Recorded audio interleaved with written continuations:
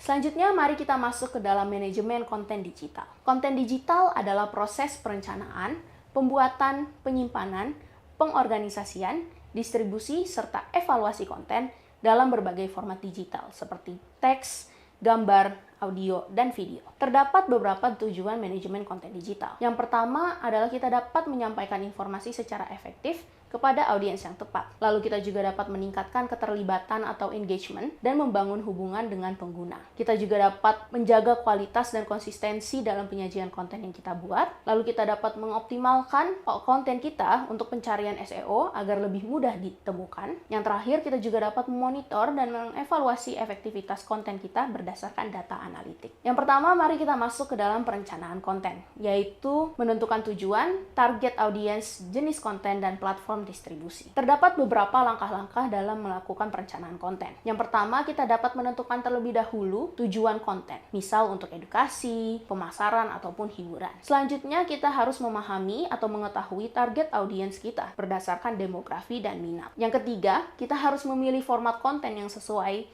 dengan kebutuhan audiens dan tujuan konten kita. Misal, kita dapat menggunakan artikel, ataupun infografis, mungkin juga video ataupun podcast. Yang terakhir, kita dapat menyusun kalender konten untuk jadwal publikasi kita. Sebagai contoh perencanaan konten, sebuah brand dapat menggunakan perencanaan konten untuk meningkatkan kesadaran produk dengan membuat strategi konten yang mencakup blog, video tutorial, dan posting media sosial. Setelah melakukan perencanaan konten, mari kita masuk ke dalam pembuatan kontennya itu sendiri, di mana konten yang dibuat harus berkualitas, menarik, informatif, dan sesuai dengan kebutuhan audiens yang sebelumnya sudah kita identifikasi. Terdapat beberapa faktor penting yang harus diperhatikan dalam pembuatan konten. Yang pertama adalah gunakan bahasa yang sesuai dengan target audiens kita. Lalu pastikan bahwa konten memiliki struktur yang jelas, yaitu judul, subjudul, paragraf, dan media pendukungnya. Lalu gunakan visualisasi yang menarik untuk meningkatkan daya tarik konten. Yang terakhir, pastikan juga konten bebas dari kesalahan tata bahasa atau ejaan. Alat bantu yang kita dapat gunakan dalam pembuatan konten adalah teks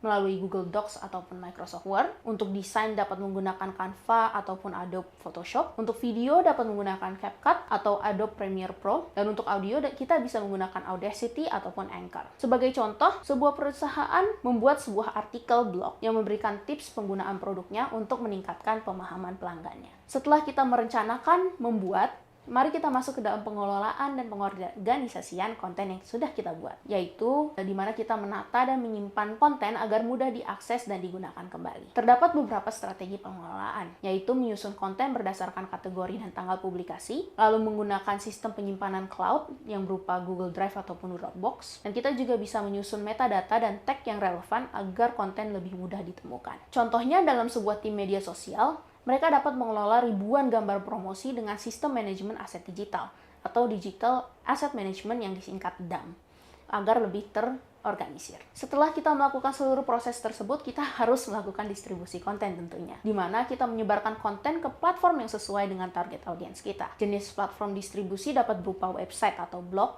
seperti WordPress atau Blogger, dapat berupa media sosial juga yang kita biasa gunakan seperti Instagram, Facebook, LinkedIn, Twitter, ataupun TikTok. Kita juga bisa menggunakan email marketing melalui Mailchimp atau Substack, dan kita juga bisa melakukan streaming dan video melalui YouTube dan Spotify. Terdapat beberapa strategi distribusi yang perlu kita perhatikan tentunya. Yang pertama, postinglah atau kirimkan, distribusikan konten pada waktu yang tepat. Misalnya, jam kerja untuk konten profesional dan malam hari untuk konten hiburan. Kita juga bisa menggunakan hashtag dan deskripsi yang menarik agar mudah ditemukan oleh pengguna. Dan kita dapat melakukan repost atau membagikan ulang konten lama yang masih relevan pada saat ini. Sebagai contoh, sebuah merek kosmetik biasanya mempublikasikan video tutorial makeup melalui Instagram Reels atau TikTok untuk menjangkau audiens yang lebih luas.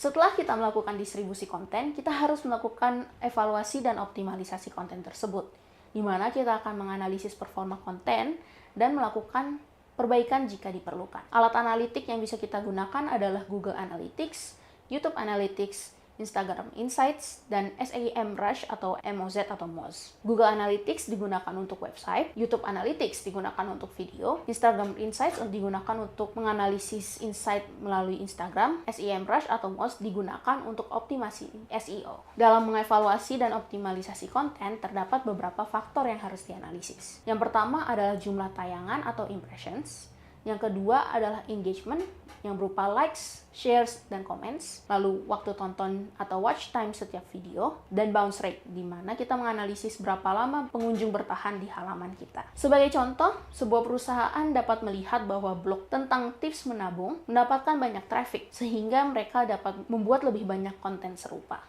Jenis-jenis konten digital yang dapat kita evaluasi dapat berupa teks seperti artikel blog, esai, e-book, dan deskripsi produk. Dapat pula berupa gambar seperti infografis yang kita keluarkan, ilustrasi, meme, ataupun fotografi yang kita gunakan. Dapat pula berupa audio seperti podcast, rekaman wawancara, ataupun narasi audiobook. Dan yang terakhir dapat pula berupa video seperti tutorial, vlog, webinar, dan video promosi. Lalu bagaimana caranya kita mengelola dan mengevaluasi dan optimalisasi konten ini? Kita dapat menggunakan yang pertama Content Management System atau CMS yang digunakan untuk mengelola dan mempublikasikan konten secara efisien menggunakan WordPress, Joomla, atau Drupal. Dapat pula kita mengevaluasi melalui alat desain dan editing kita yang digunakan untuk membuat dan mengedit konten visual dan video. Dapat kita lihat dari Canva, Adobe Photoshop, Figma, CapCut, ataupun Adobe Premiere Pro. Kita juga dapat melakukan evaluasi terhadap alat penjadwalan dan distribusi kita, yang kita dapat gunakan platform-platform seperti Hootsuite, Buffer, dan Later. Kita juga bisa mengevaluasi alat analitik dan SEO kita, seperti menganalisis Google Analytics yang kita gunakan, SEMrush yang kita gunakan, ataupun Ahrefs yang kita gunakan. Mari kita masuk ke dalam pentingnya manajemen konten digital. Salah satu alasan pertama untuk pentingnya kita harus memanage konten digital adalah menyediakan informasi yang struktur dan mudah diakses. Manajemen konten memastikan bahwa informasi yang kita sampaikan tertata dengan baik, sehingga mudah ditemukan dan dipahami oleh pengguna. Sebagai contoh, terdapat sebuah situs web universitas yang mengelola informasi akademik, jadwal kuliah, dan pengumuman dengan sistem yang terstruktur sehingga memudahkan mahasiswa mereka untuk mengakses informasi yang mereka butuhkan. Manajemen konten digital juga penting untuk meningkatkan kredibilitas dan profesionalisme kita. Konten yang dikelola dengan baik dapat mencerminkan kredibilitas dan profesionalisme suatu individu atau organisasi. Contohnya, blog perusahaan yang menyajikan artikel berkualitas tentang tren industri dapat meningkatkan reputasi perusahaannya sebagai ahli di bidangnya. Manajemen konten digital juga penting untuk mempermudah proses pembuatan dan distribusi konten. Dengan sistem manajemen konten yang baik, pembuatan, penyimpanan, dan distribusi konten menjadi lebih efisien. Contohnya, ada seorang creator media sosial yang menggunakan CMS atau Content Management System, seperti WordPress atau alat penjadwalan media sosial seperti Hootsuite untuk mengelola dan menjadwalkan postingan mereka.